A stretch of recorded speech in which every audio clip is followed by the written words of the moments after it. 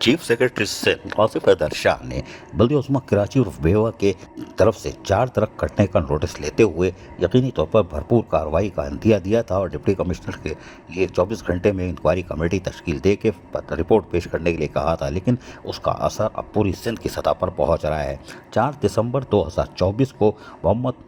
अफजल शाह जो कि section officer हैं secretary to government of Sindh, उनकी तरफ से एक लेटर जारी किया गया है और ये chief conservator of forest revenue और लैंड फोर्स फॉर सिंध जो हैदराबाद के हैं उन सबको के illegal cutting trees all district of Sindh,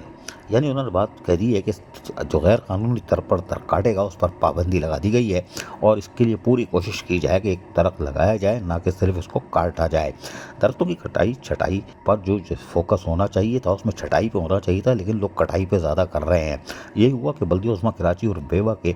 जो असल थे वो अफसरान उनको तो महफूज कर लिया गया था, लेकिन 4 छोटों को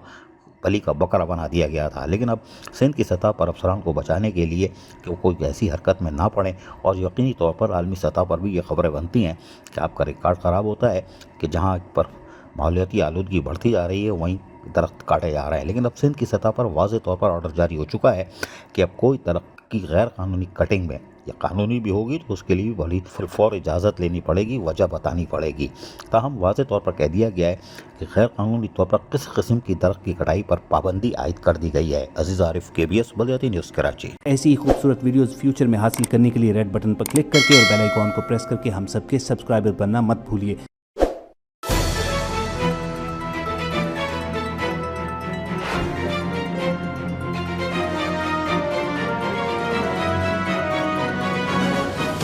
KBS बल्दियाती न्यूज़।